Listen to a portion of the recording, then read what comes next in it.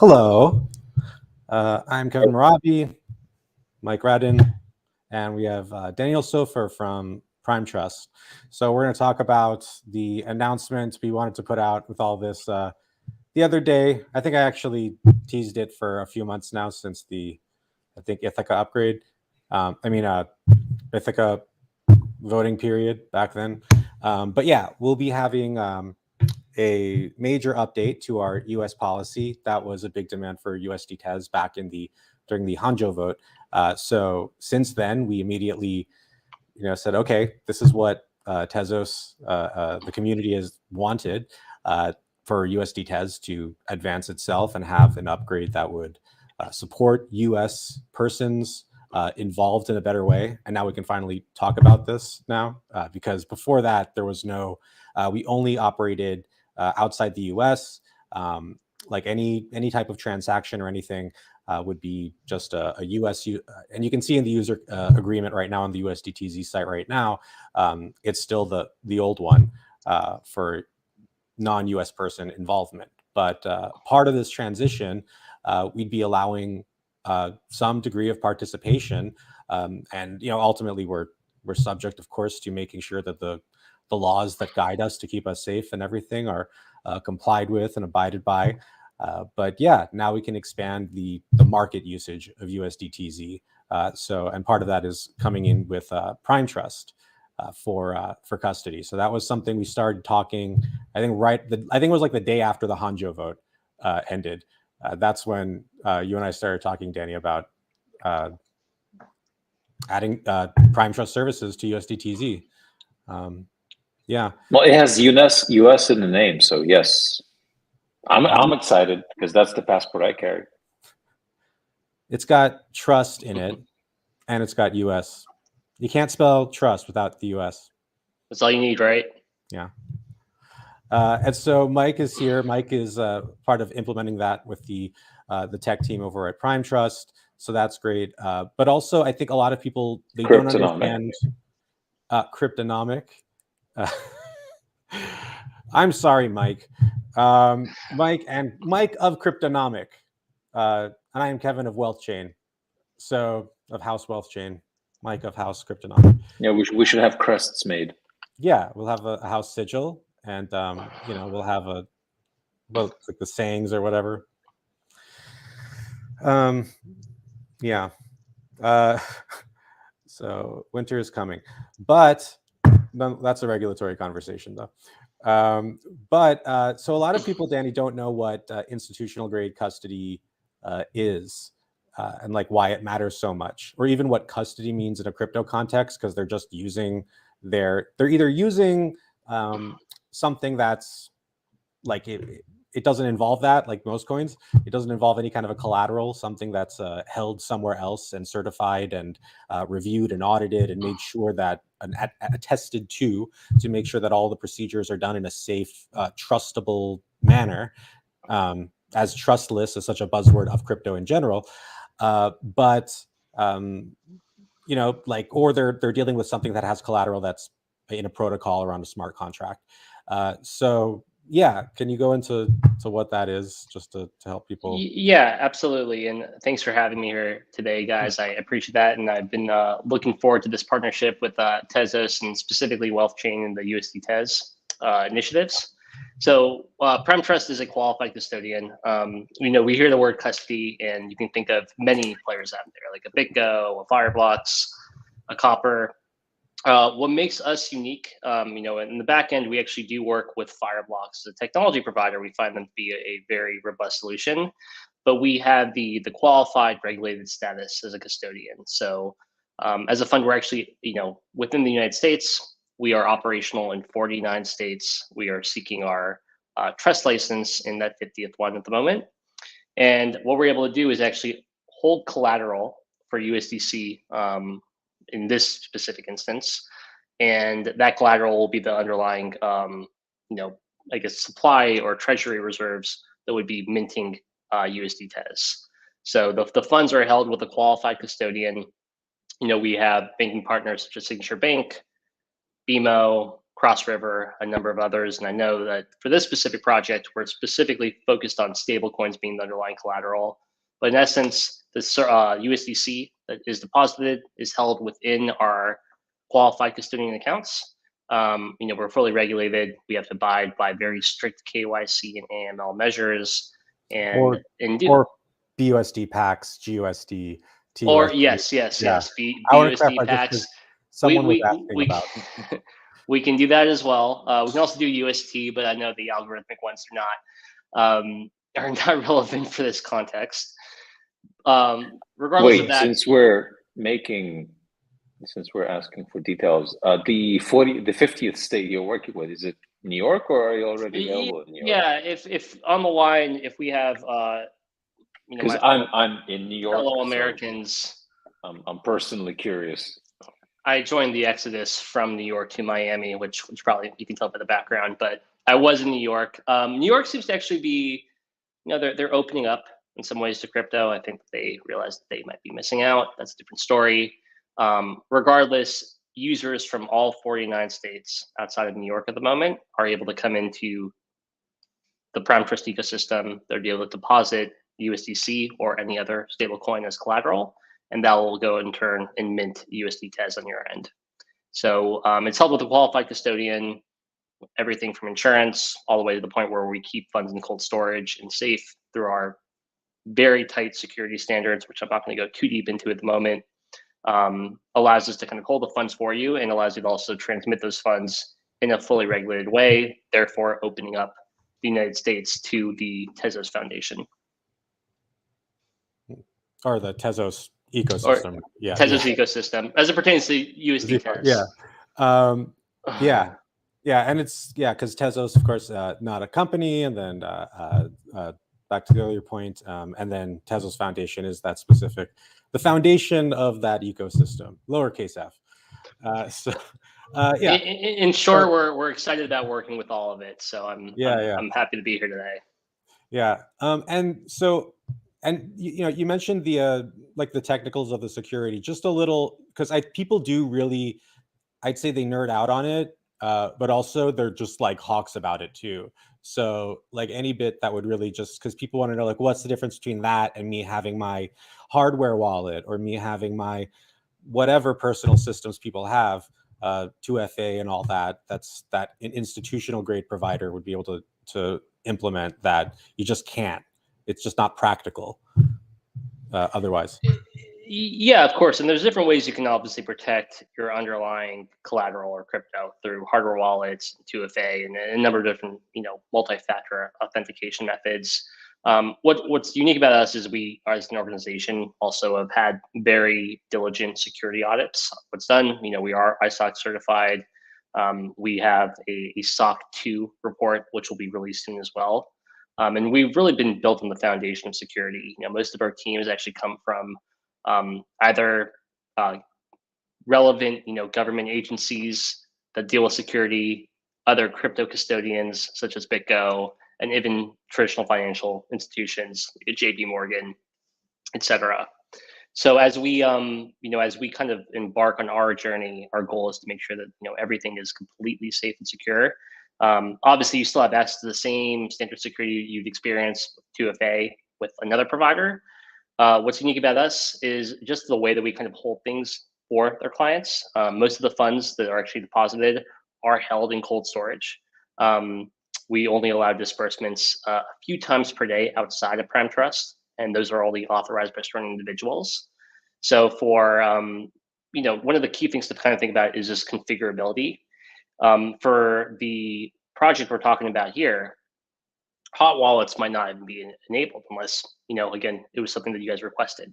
Therefore, in order to actually get the funds out, let's just say if there was ever a breach, would require that malicious actor to be specific on that time of that distribution disbursement, or that disbursement that we're having to actually complete that transaction.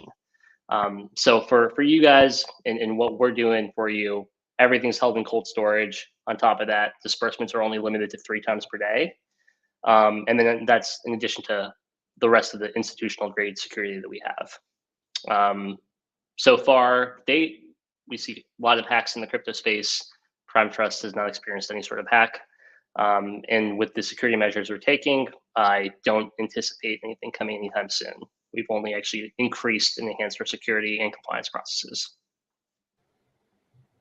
Yeah, and we had Adele on the part one of this, who's my colleague at the American Blockchain Political Action Committee, and so that's working towards expanding crypto rights and the ability to do what we need to do to innovate our I don't even want to limit it to financial system or just new consumer system, but like our innovation, it's like growth of the internet, but we need to do it in a way that people and institutions are going to feel secure, because that's what bankrolls everything. And with every, I think, innovation, I hate this term, paradigm shift that we've had in the like from computers and to phones and back to the telegram, it was always the financial institutions that adopted it first.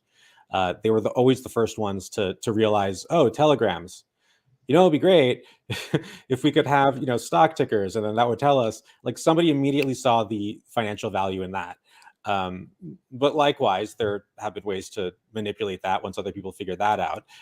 So there's always a need for security and for innovation, but partnered with some security provider that's just focused on that, like totally. So yeah, these are kind of the names.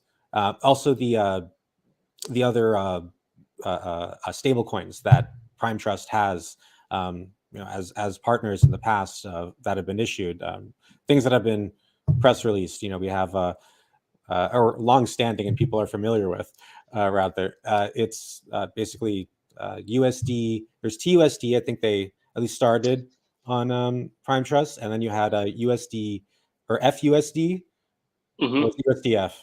That's correct. And Flow USD. Yeah. And then, Flow USD. What's the one with the Z one? ZUSD. Does it look like USD? Potentially. I think so. I think that sounds right. I'm not sure. I know we have True USD, obviously with Dapper Labs, Flow USD. We are the sole qualified custodian for Terra USD today in the US. Obviously, we have USDC, USDT, and I'm very happy to now be able to provide the minting services for USDtez. I think for us, one of the key things that we look forward to in this relationship is kind of even being able to expand operational custody for USDtez. At the moment, we can mint it and we can facilitate that minting, but we will not be like a direct on-ramp for USDtez. Looking forward to kind of seeing how that progresses as this relationship takes off. Yeah, and like in the process of how we're going to get to the point where, because there's a lot of things that we can help contribute to PrimeTrust and advancing these services for anybody who wants to come in and do a Tezos thing on PrimeTrust. So because it's a new infrastructure, and so many of the different types of, I think, integrated technologies that are used on a day-to-day for providers like PrimeTrust, they're geared towards systems that are not Tezos. But it's only a matter of time before, just like with everything else, just like every other technology provider we've seen adds Tezos support. In this case, we're talking about support as in services. So that ability to securely mint, to be able to develop that, to be able to do it in a manner that's up to date with like the latest contracts and as that evolves, because that's a continuing process. Once we have FA1.2 now, FA2, in the future we'll have FA3 threads about FA3, FA4 to come in. So and this stuff is constantly changing, and it takes organizations to realize that they need to keep up with those changes. So I think this is like a way to kind of do it in the right way. Like the best way of figuring out what needs to be done is in practice. So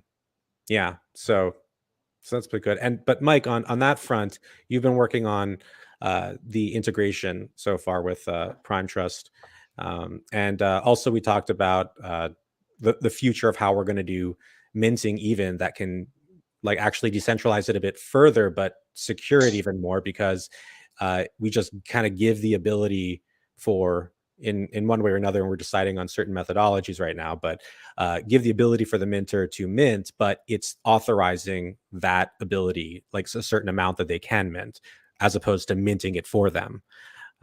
So, and in that way, it's more secure, and there's sort of a tier there, and it devolves that power and right back to those that are setting the collateral in the first place. Right. So what we're trying to do is delegate the action of asset creation to the person providing the collateral, and we're exploring ways of making that happen on Tezos. There are a couple of options that we have. The point Danny made earlier about the security of the overall system, I think it's important to differentiate what we're doing here from the hacks that are in the news these days. And really what we're doing is, well, what PrimeTrust is doing for us is custodying the funds. So we're not running side chains, we're not running blockchains even. We're basically taking funds and making sure that they're being held as collateral for the, the basis for the tokens that we're minting on the other side on Tezos. So it's just completely different. It is. I do think it's a quite secure system. And to your point, Kevin, about delegating the minting activity directly to the collateral provider makes a lot of sense. Yeah, and we're looking at either, I think, to make it through a contract itself, just generally as all these things have been, or maybe implementing, and we're exploring the functionality with that for tickets. And tickets is something we had over a year ago with Ito upgrade, but we haven't heard much of its usage, and it's a really cool way of kind of an alternative to an off-chain whitelist, so that for whatever, or green list, I think that's the better term these days, actually. I'm trying to stay as well as possible. What about the colorblind? Allow list? Depends. It's true. That's true. There's got to be some computer programming. We are looking at various solutions. Some other binary. They may or may not involve Tezos native functionality like tickets, but the idea in general of having collateral providers mint these tokens directly is interesting, and it's certainly doable one way or the other. Yeah, and we are having, I think, what is it, tomorrow or today, that we're having our upgrade on Tezos to Ithaca? Completing it? It's tonight. I think it's in another maybe 8 hours, maybe, but don't quote me. Something like that. Yeah. So technically tomorrow, just early. Oh no, it's April 1st, but tonight. Yes. Okay. And it wasn't, and there's no joke in that. And there was no planning or scheduling to make it April 1st. It's just no. So I was on a call earlier today with a bunch of the tech guys building wallets on Tezos, and we mentioned this. Is that some people are like, oh, we're doing an upgrade on April 1st, and my point was that we're so confident that we're doing an upgrade on April 1st in the face of the memes that are definitely going to come. Yeah. Is this a joke? I think is what, like, I also promised that we'd get a TezFin release out this week, or I said that, like, we're looking into it. I think that's the latest I said, but now I can say we'll get something out this week that people can go and use. So that's the target, at least. Who the hell knows what's going to happen? Anything can happen these days. So well, the exciting thing is that we are just about 2/3 of the blockchain nodes being upgraded to the latest software. So that's a great sign. I think it might be a smooth upgrade this time around. As far as TezFin going, the repo is out there. We obviously have deployments that we're making to the testnet that they're not secret, they're out there. Yeah. Am I personally like, oh yeah, here, go use this thing? Not quite. but every day progress Yeah. is made. Yeah, we're very close. I think this is the close. Obviously, it's the closest we've ever been, but it's I mean, it's one of yes, those although I moments. hate saying that because Yeah, software Mike will. it takes what Yeah, it's going to take. yeah. Like there's nothing there's no point in the process, no matter how you could be like 10 seconds away from what you've certified with peer review of 8 million other people to tell you that this thing is good to go. And he will say, I don't know what's going to happen. It could be now, it could be in a year, could be not in our lifetimes. You're willing to entertain any possibility, It's not because you believe it, but because it would be impractical and unscientific. It's more specific than that. I believe we're down to low single digits of the functions that we're missing. Ah, Something like which is 3, good. Which people should so know the maybe context. 5. But Yeah, we're definitely that's getting a there. really The small thing number. is that, yeah, we're testing daily, Like right? So 5. It's like we deploy new contracts. We deploy new contracts. We run through the script testing end to end. Like some people will supply, some people will borrow, some people will collateralize, and we're going to figure out which parts of the system still present issues. And yeah. there are many moving pieces, right? So on the one hand, you have the smart contracts, which obviously need to be at a minimum secure, right? So that nobody's losing their funds. And that's our primary concern, is getting as close to that as possible. Then there is the UI that has to present feedback to the user saying, oh, this thing occurred, and here's how you might go about addressing it.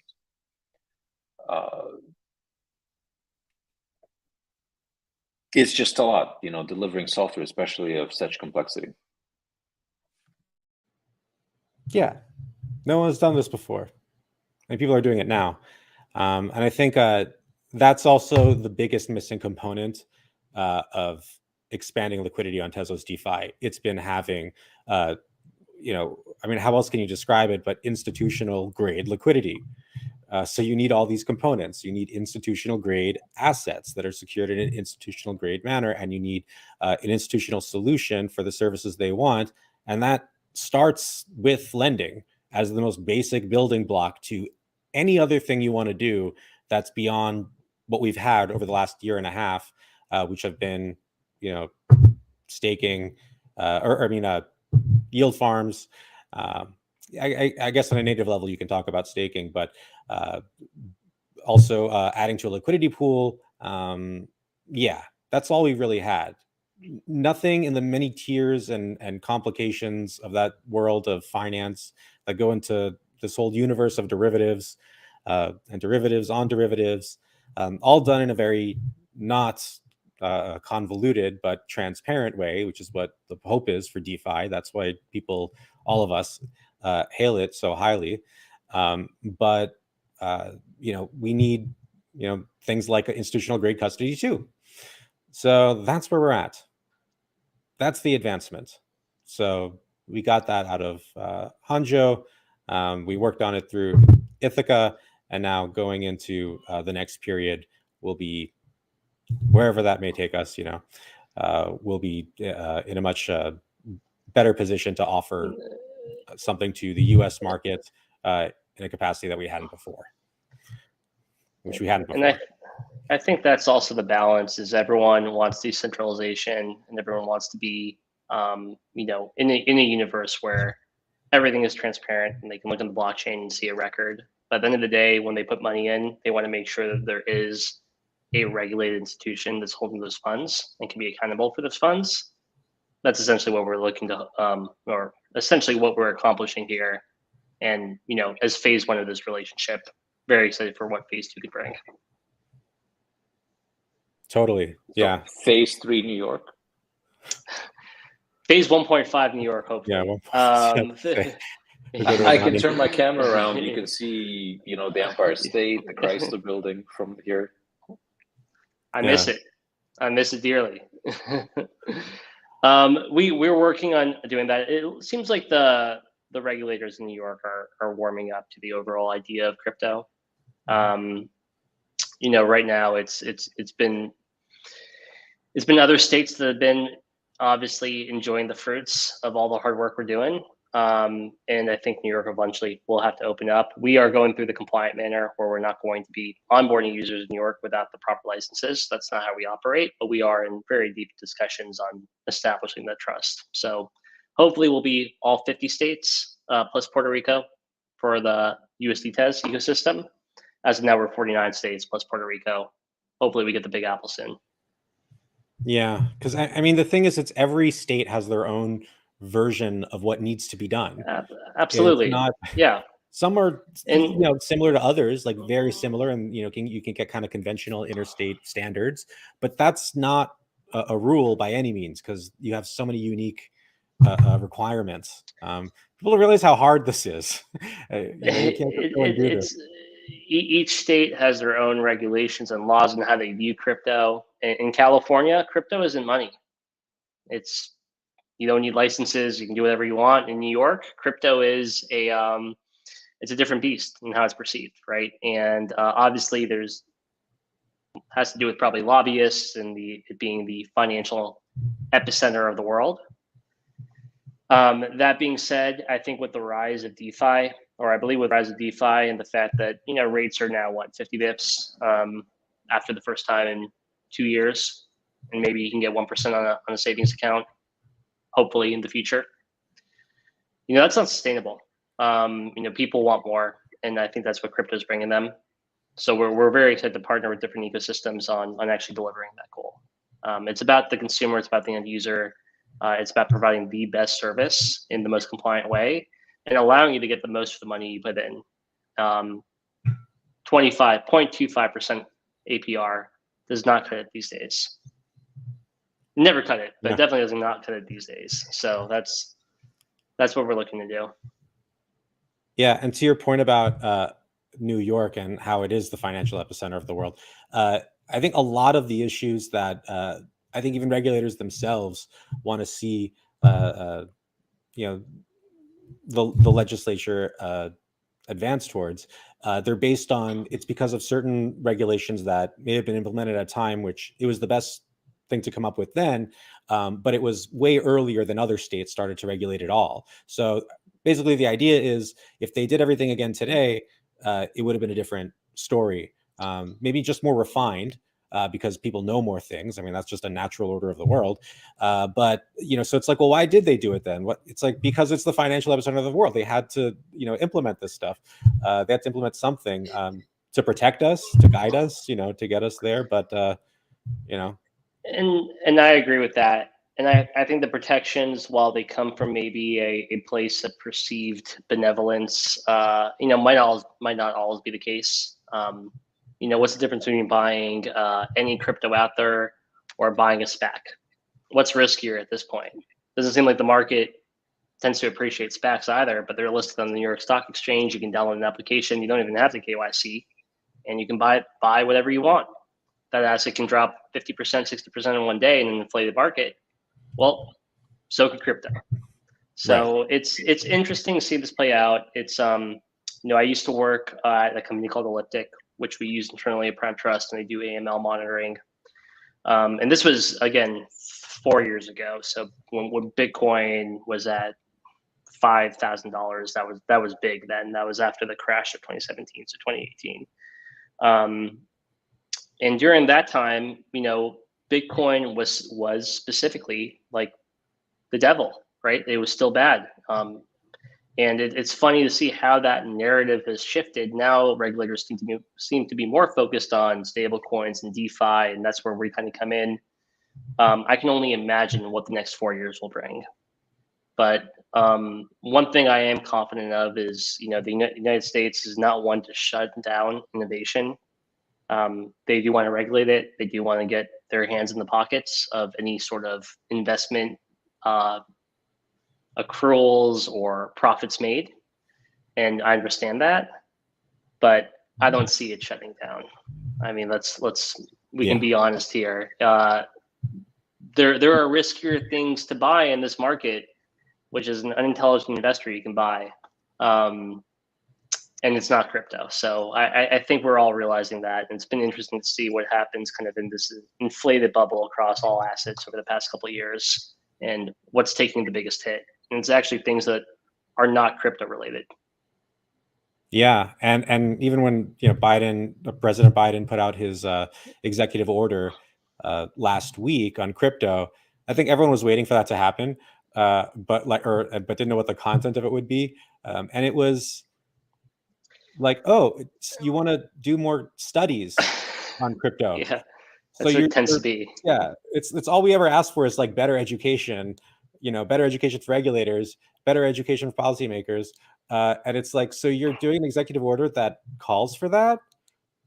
Oh my God, this could be good. So that's why we saw, the crypto markets not crash like crazy, but actually take a appreciate. And just to let you know, is from an inside view from an infrastructure player, the amount of interest we've received on an institutional level from a state-based credit union, or like a smaller tier 4 bank that's very regional, the amount of interest that we've seen come in since then has been probably the most I've ever seen. So like the financial institutions are watching. They all have different goals and they all want to do something else, but they are watching. They do want to get in, and they're waiting for guidance. Regulators will give their guidance. It might be ambiguous at times. It might be clear. It might take anywhere from 6 months to 6 years.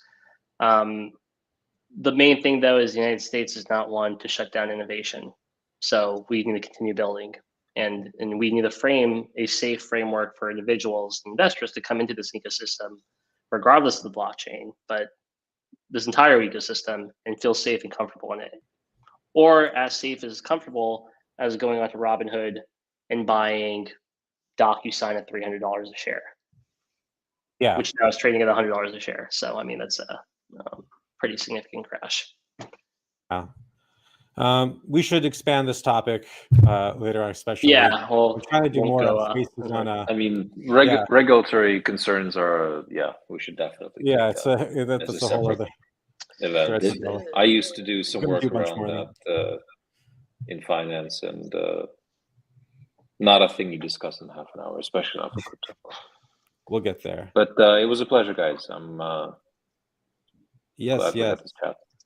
And thank you both for coming. I think Mike, you're having a office party to get back to.